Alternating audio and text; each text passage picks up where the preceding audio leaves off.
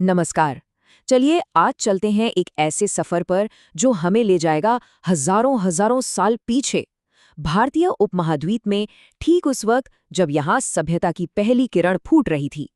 ये कहानी है पत्थर के औजारों से शुरू होकर उन पवित्र ग्रंथों तक पहुँचने की जिनकी गूंज आज भी सुनाई देती है। तो सबसे बड़ा सवाल यही है, आखिर ये सब शुरू कैसे हुआ?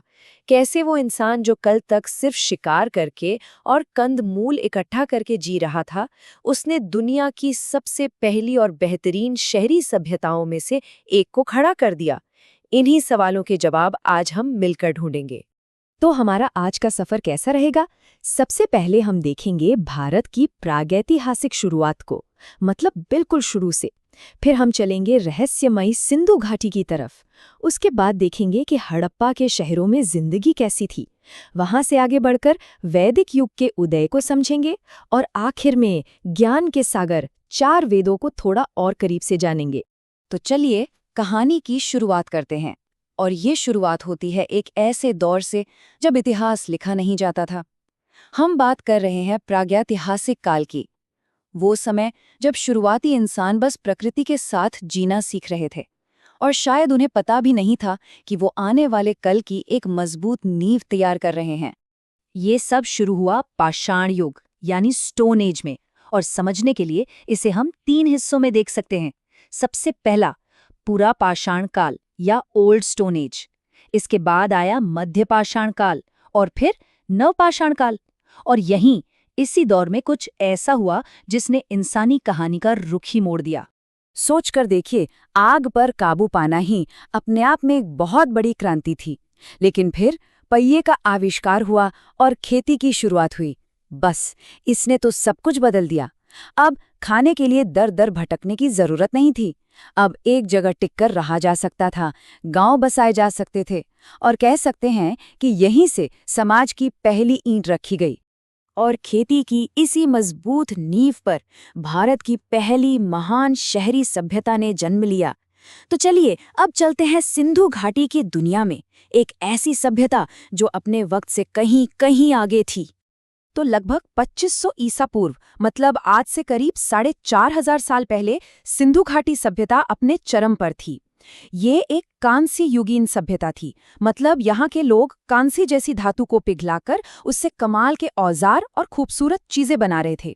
कमाल की बात तो ये है कि इस पूरी सभ्यता के बारे में हमें 1921 तक पता ही नहीं था, जब दयाराम साहनी ने इसकी खोज की और पूरी दुनिया सचमुच हैरान रह गई।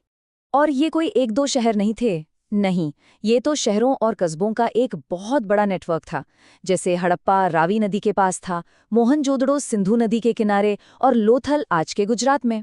मतलब ये सभ्यता आज के पाकिस्तान से लेकर भारत के एक बहुत बड़े हिस्से तक फैली हुई थी। उस जमाने में दुनिया का सबसे बड़ा शहरी नेटवर्क था ये। इस नक्शे को देखने से अंदाजा होता है कि ये सभ्यता कितनी कितनी विशाल थी। जरा देखिए, पश्चिम में बलूचिस्तान से लेकर पूरब में उत्तर प्रदेश तक, और उत्तर में अफगानिस्तान से लेकर दक्षिण में गुजरात तक। अगर उस दौर की मिस्र और मेसोपोटामिया दोनों महान सभ्यताओं को मिला भी दें, तो भी सिंधु घाटी सभ्यता का एरिया उन दोनों से बड़ा था।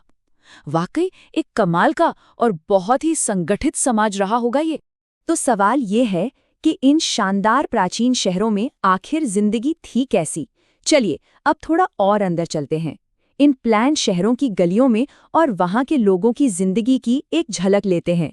और जब हम इन शहरों की बात करते हैं तो सबसे पहला नाम आता है मोहनजोदड़ो का। इसका मतलब होता है मृतकों का टीला।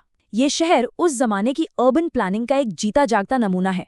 सोचिए, सड़कें एकदम सीधी, एक दूसरे को 90 डिग्री पर काटती हुई, बिल्कुल ग्रिड पैटर्न में, और पानी की निकासी के लिए जमीन के नीचे ढकी हुई नालियों का पूरा सिस्टम था।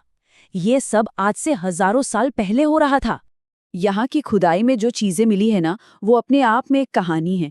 एक बहुत बड़ा अन्नागार मतलब ग्रेनरी मिली है जो बताती है कि उनके पास अनाज की कोई कमी नहीं थी।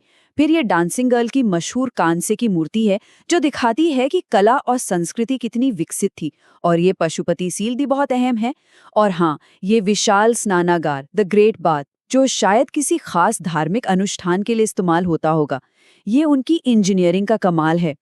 लेकिन कोई भी सभ्यता हमेशा के लिए नहीं रहती। पता नहीं, शायद मौसम बदला या कोई और वजह रही होगी, पर सिंधु घाटी के ये शानदार शहर धीरे धीरे वीरान हो गए। पर कहानी यहाँ खत्म नहीं होती, बल्कि भारतीय उपमहाद्वीप में एक नए अध्याय की शुरुआत हो रही थी, और वो था वैदिक युग। और यहाँ आते आते जिंदगी का पूरा तरीका ही बदल गया।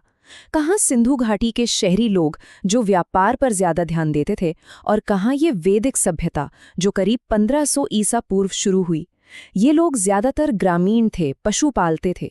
तो एक तरफ शहरी जिंदगी, दूसरी तरफ गांव की, एक तरफ कांस्य युग, और अब एंट्री होती है लौह युग की।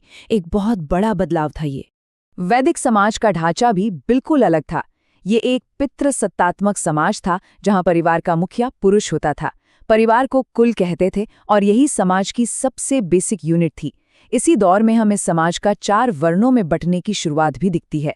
और जहां तक पूजा पाठ की बात है, तो ये लोग प्रकृति की ताकतों की पूजा करते थे, जैसे इंद्र, अग्नि और सूर्य। लेकिन वैदिक युग ने सिर्फ एक नया समाज ही नहीं दिया, बल्कि उसने हमें वो पवित्र ग्रंथ भी दिए जो आगे चलकर भारतीय सोच और धर्म की बुनियाद बने। हम बात कर रहे हैं वेदों की। वेद शब्द संस्कृत से आया है, और इसका सीधा सा मतलब है ज्ञान। और ये सिर्फ पूजा पाठ के मंत्र नहीं है, बल्कि ये उस दौर के लोगों की जिंदगी, उनके विश्वास, उनकी सोच, इन सब को समझने की एक खिड़की है। ये वेद मुख्य रूप से 4 हैं। सबसे पहला और सबसे पुराना है ऋग्वेद, जिसमें देवताओं की स्तुति में लिखे गए भजन हैं। फिर आता है सामवेद, जिसे संगीत का वेद भी कहते हैं। इसमें ऋग्वेद के मंत्रों को ही सुर और लय में पिरोया गया है। तीसरा है यजुर्वेद, जो एक तरह से कर्मकांड की किताब है कि यज्ञ और अनुष्ठान कैसे किए जाएं। और चौथा है अथर्ववेद, जो रोजमर्रा की जिंदगी से जुड़ा है। इसमें जादू टोना, बीमारियों के इलाज के लिए मंत्र, ये सब मिलता है। तो पत्थर के औजारों से शुरू हुआ ये सफर पवित्र ग्रंथों तक आ पहुंचा। हमने हजारों सालों का इतिहास देखा। इन प्राचीन बुनियादों ने आने वाली पीढ़ियों के लिए एक बहुत गहरी और मजबूत विरासत छोड़ी। और सोचने वाली बात यही है कि इस विरासत ने आने वाली सदियों में भारत की सोच, संस्कृति और समाज को किस तरह से गढ़ा। ये एक ऐसा सवाल है जिसका जवाब आज भी हमारे चारों ओर मौजूद है।